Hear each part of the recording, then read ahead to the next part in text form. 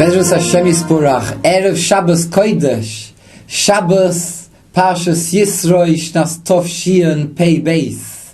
Before the Parashat of Kabbalah Satira, we're now going through Parashas Mamush. We feel last week was Pesach, the Parashat of Nisim, Yitzias Mitzrayim, and now is Kabbalah Satira, Shabbos Kabbalah Satira, Holy Shabbos, and a very holy Parasha. We see it starts, the Parsha begins with Vayishma Yisroi Choisein Moshe. Yisroi he heard the great miracles that took place. Says Rashi, what did he hear? What special miracles are we talking about? So says Rashi, Vayishma Yisroi, he heard Kriyas Yamsuf and Milchemes Amalek. The two great nisim that took place, the Kriyas Yamsuf, the splitting of the sea, and the war against Amalek. Why is it dafka these two nisim that caused Yisro to come and to the Yisrael in the Midbar and to convert to Judaism? So before I explain the answer, I'd like to say a following story I once heard from a Rav in Yerushalayim called Rabbi Diskin. You know who Rabbi Diskin is? He was a Rav, such a great Talmid Chochem, that a man, Reb Nechemia Berlin, told me that he was on the way from a bus from Bnei Brak to Yerushalayim, and what Motzei Shabbos, and he needed a chumash to go over Shnai Mikra V'echot Targum. And he had a chumash that had only the chumash without the unkelos. And Shnai Mikra, you have to say as well, the Targum as well. So he was going along the bus, on the way to Yerushalayim, he was going along the bus. Does anyone have a chumash with a Targum? And this Rabbi Diskin was on the bus, said, come, sit next to me.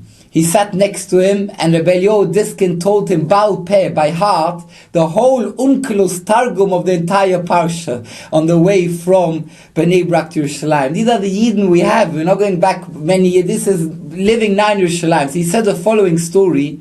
Rabbi Diskin says that Reb Shon Shvadron said over that there were, after the 6-day war, there was great miracles, as we know, that took place during the 6-day war, and they invited Reb Shon Shvadron to come to the army bases in order to inspire the soldiers. So he came and he said over the following moshel.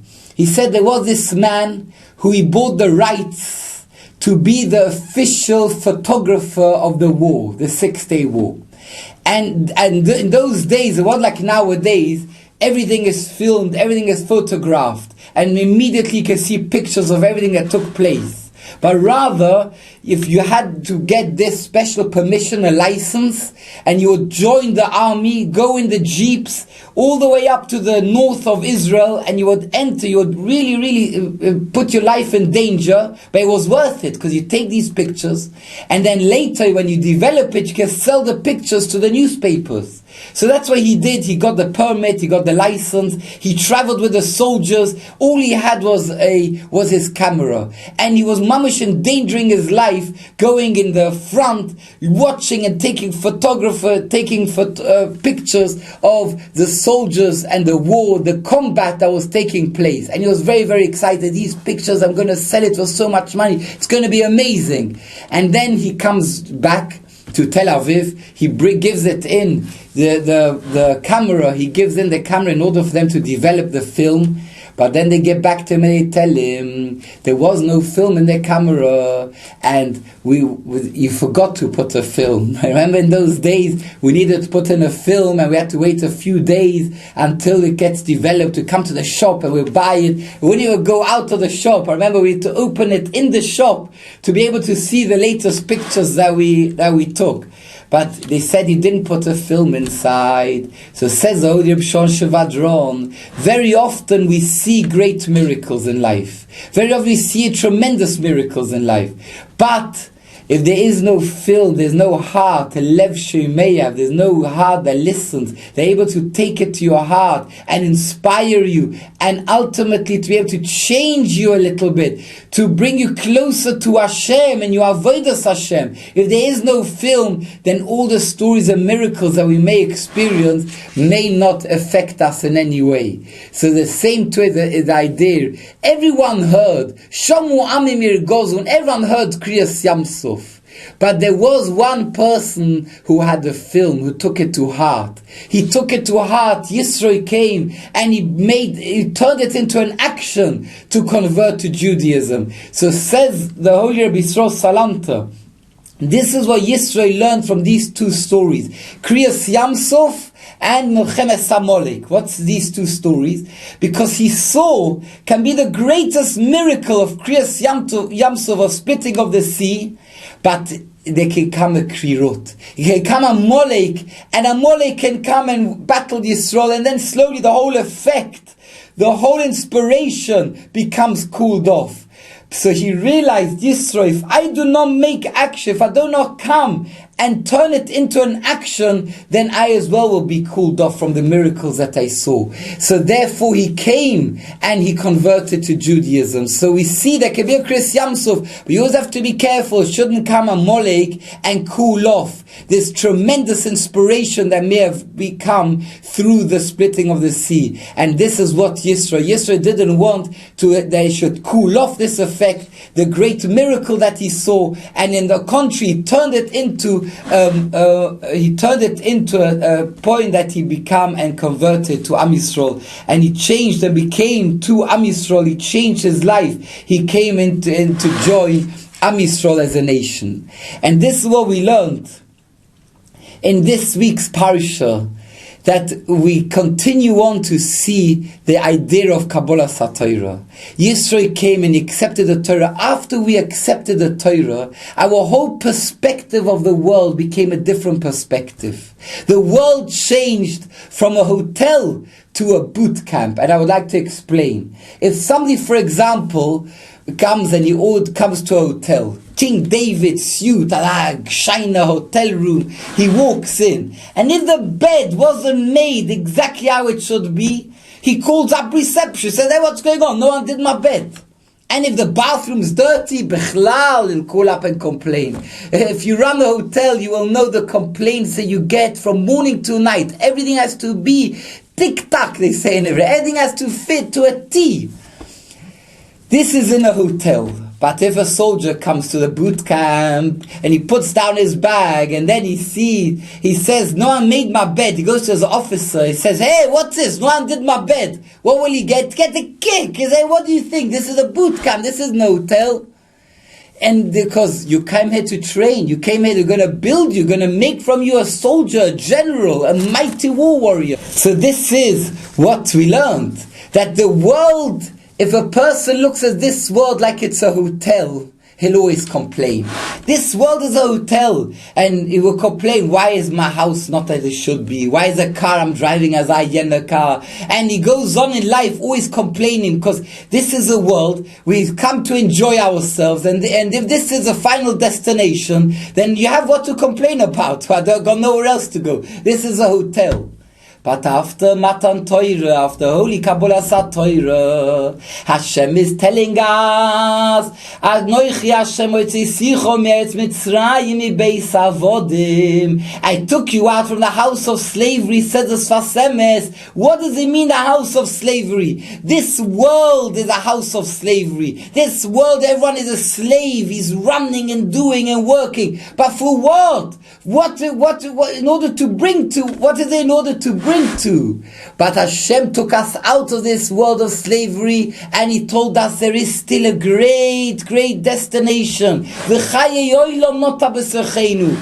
truckling, there's a palace, there's a feast, there's Olam Haba, there's Gan Eden. And we in this world is a world of nisyonos. This is a world where we're able to do mitzvahs, we're able to do tzedakah and chesed and ma'asim tovim and limud Torah. And the more we learn, the more we do, the more we overcome the nisyonos and the challenges, this we earned more and more Olam Haba, more in the world to come. So therefore, every challenge we have, every mitzvah we keep, every mitzvah we do, is in order to be able to come to Olam Haba with a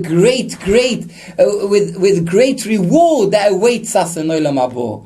And I was on this week, I was traveling in a taxi to Kfar Saba. One of the beautiful things in Eretz Yisrael, you can travel in a taxi, and the taxi driver can tell you nice stories and nice things. So the taxi driver told me the following moshul, that there was a man, and he knew his days were numbered. So he decided, look, I'm going to have to come prepared to Olam Habo. So I'm going to prepare money. So he puts together, he goes to the bank, he takes out such a pile of shkalim, 200 shekel notes, a whole pile of 200 shekel notes. He wraps it with an elastic band and he tells his children, listen, this wad of bills I would like you to put where my kever, in order that I come to Olam Habo, I will have prepared, I have my currency, I have the money. Then he thinks, maybe I should take dollar. Dollar is more international. Maybe they don't take shkolim. So he goes back to the bank and he takes out dollars. He takes a whole pile of dollars, puts it together. He tells it as well, make sure these dollars as well comes with me.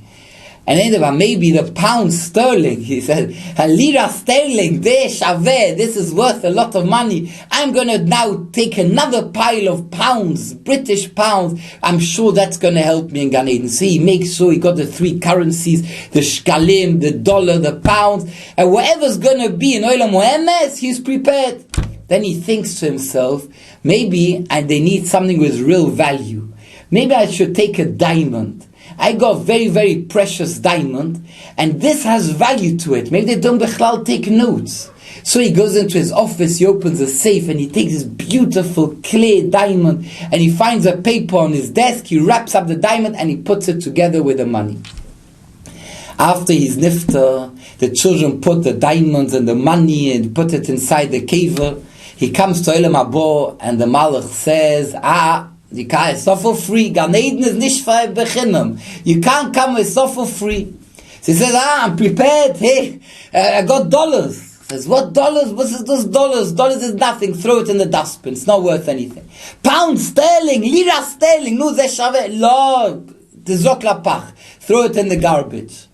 So he says, what's with the shkalim, shekel chadash? Hey, go away, you're making a joke. This is the money, this is paper. Paper, I got a diamond. Gives a diamond wrapped in a paper, and the holy angel opens up the paper and he's looking and he's looking and he says, you know what? You can go into Gan Eden. He says, the diamond is worth something in Olam Habo. But then you see they're throwing away the diamond. He says, I don't understand. Well, you're throwing away the diamond as well? He says, it's not the diamond, it is paper. Look, it's a receipt of charity that you gave. This you earned your Olam Habo. This is what we learn after Kabbalah Satorah. We learn that we have a whole new perspective in life. We see that this world is only a proisdor. This world is only a way to be able to be koiner, to be able to receive, to come to Olam Habo with great schar in Olam Habo. So all the mitzvahs we do, the charity we give, all has a reason. This world isn't a hotel, but rather it's a boot camp. It's a place we prepare ourselves for Olam Habo. But let's have a look at this a little bit deeper, Bezras Hashem, with an idea. The Gemara in Brochus says that somebody who has a dream, and in the dream he sees a kedera. Kedera in Aramaic means a pot. He sees such a pot, then metzapel sholem. Why? Because we know fire and water are two contradictions. They cannot work together. Like we say on Leila Seder, v'oso maya v'chov l'nura. The water extinguishes fire. They cannot coexist.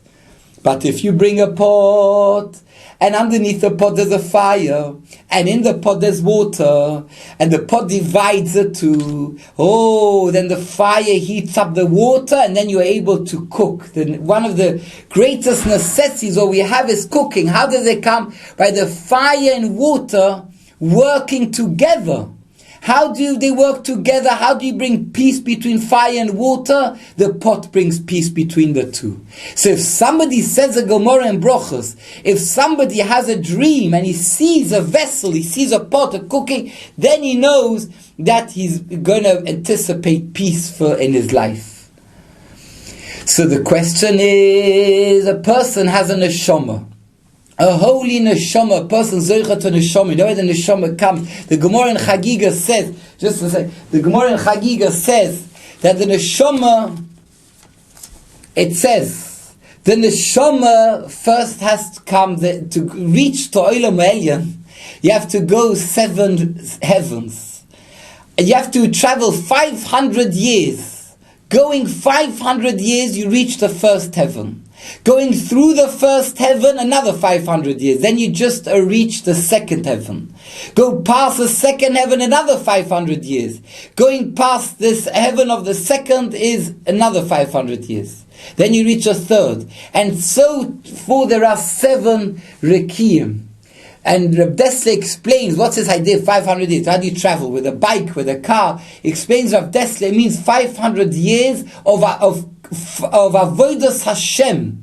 A person reaches such a great level of Avodas Hashem. Imagine you working with Hashem for 500 years of Avodas Hashem. Then you only reach the Kedusha, the holiness of 500 years of the first Riki of the first heaven. And going through this is another 500 years. These are all Avodas Hashem, Bilti Poisekes. You reach this level of Kedusha of the first heaven and the second heaven. So that means after 7 heavens there are 7,000 years. No, sorry, 14,000 years. 7,000 years. 7,000 years. 500 go to the first rakia, then another 500 go through the first rakia, so that's 1,000. Then you have 7 rakiim, so it is 7,000 years. And then you only reach Olam HaMalochim. This is the world of the angels. Now, the Gemara goes on to say, says the Gemara, L'mala mehem chayos hakodesh. You now enter the world of the holy angels. Ragli achayos neget kulam. You come to the ankles of the chayos. You have to double all what you came through till now. Then 7,000 years, another 7,000 years. That's 14,000 years. Karsule achayos neget kulam. The knees of the chayos. You reach another. These are all concepts of kedusha. Entering these worlds of kedusha neget kulam. So you have to double the 14,000. And then shoyke achayos neget kulam. The hips of the chayos. Then you have to double everything you had till now. Rechuve achayos neget kulam. Then you go tzavori achayos neget kulam. Rosh achayos. The horns of the angels, neget kulam, and then you enter the olam kisya kovod. So imagine how many years, if you have a calculator, you go through each one of the Gemara, each one of these stages of Kedusha, each one of these levels of Kedusha, you will reach over 2 million years of Kedusha. 2 million years of Avodas Hashem, Bilti Poisekes, then you reach Olam Kisya Kovod. And then Olam Kisya Kovod is now it. You got the legs of the Kisya Kovod, the Ragle Kisya Kovod, Neget Kulam. Just to reach this, you have to double all the years that you till now. And then you come to Kisya Kovod. And the angel, the neshama, the soul of every Jew, comes from the Kisya Kovod. Think 2-4 million years of Kedusha, of Avodas Hashem. That will only bring you to the level of Kedusha that there is of Olam Kisya Kovod. And from there the holy soul comes down from Olam Kisya Kovod, the Olam of the angels, the Olam of the Rekiim, and it comes to this world. And it has to work with a guf. What's a guf? What's a body of a person? It's Olam Hazeh. Olam Hazeh only appreciates a good Coca-Cola, a pizza, a falafel, a sushi. This is a guf. Well, he understands the Olam Kisya Kovod, the Malochim, the angels. How do they work together? It's like fire and water. It's a contradiction. They can't coexist. And the Shama from Kisya Kovod, a guf from Olam Hazeh, now they have to work together. How's it possible? So we need a pot. We need something that will bring shalom between the two. What is this pot? This is a Torah that we received on Har Sinai. The Torah we received on Har Sinai will make that not only the guf isn't a contradiction to the neshama, the guf helps the neshama and coexists with the neshama and helps the neshama be able to be mekayim the mitzvahs. Can the neshama, does the neshama have a mouth in order to eat matzah on Leila Seder? Does the neshama have an arm in order to put on a tefillin? Does the neshama have a body to put on a talis? Everything we do, we have to eat to say a bracha. Neshama has to eat. And neshama knows what it means to be hungry. He has no, it's not in this world, bichlal. He needs a guf. And through the guf has to eat. Oh, now I have an apple. I'm going to say a bracha. So I'm doing a mitzvah. With the eating I'm doing a mitzvah to the Rebbeinu Shloilom. So if a person keeps a Torah, through the Torah, the world, the whole Gashmias, this whole boot camp at the word B2B, there is not only it's a contradiction to your life. to your avodas Hashem, but rather it enhances, it helps, and through this world, and through the guf, and through the gashmias, you are able to acquire the kedusha, you're able to acquire the merit in order to have olam haba and the great mitzvahs. This is the Torah that we have on Har Sinai. Through the Torah we received on Har Sinai, we now look at the world a whole new perspective. We see the world with this idea that it's a place of doing mitzvahs ma'asim tovim. The world, if we use the word in the right way, the gashmias in the right way, you become holy like the Mesilas Yesharim. Hu misale v'cholo oilo misale imoy. The whole world becomes elevated together with him because he's using the world in order to acquire more kedusha, more holiness. And this is if Madrega Sodom, the Rebbe for Saba for Nevadok, says that the whole world, we know that Reb Chaim Bedoise split the sea, right? He split the Yarden. So what's the big deal of Kriyas Yamsuf? Every tzaddik is able, when they do a mitzvah, they were able to split the sea, do great miracles, and yet Shira of the Yarden, he says, because Shira by the Yamsuf was before Matan Torah. After Matan Torah, the whole world is now under the influence of somebody who keeps the Torah. If you keep the Torah, then the world is at your service, to say. So therefore, the ness of the Kriyas Yamsuf was before we kept the Torah. That's a great ness. What merit do you have to split the sea? But after Kabbalah Torah, then you can do the greatest miracles, because the whole world is at the service of somebody who keeps the Torah. So says the Sabbamin of Adok, says just the opposite. If you see somebody irreligious, and he is living, and he's able to see his heart, he's able to breathe, he's living in this world, then that's a miracle. Because the world wasn't geared, the world wasn't made for somebody who is not keeping the Torah and mitzvahs. That's a miracle, it's going against nature. But a tzaddik who davens to HaKadosh Baruch and Hashem does to him great miracles, that's using nature, that's not a miracle. That is a purpose of the nature, is in order to serve the tzaddik and your tefillas and your great miracles. So may we be zoicha to come to Shabbos Kodesh. May we be zoicha to, when we hear the holy parsha of Kabbalah Torah, we're going to say, I'm being mekabel the Torah, and I'm going to look at this world as a place where I can serve HaKadosh Baruch Hu, do brochos and masim tovim and stockers, and to appreciate the world, to appreciate the great avodas Hashem. And we have a film, like we say, we have a film we take to heart, what we see, the miracles that we see, and then we'll be able to become closer to HaKadosh Baruch Hu. Thank you very much for listening. May we all have a wonderful, wonderful Shabbos Kodesh.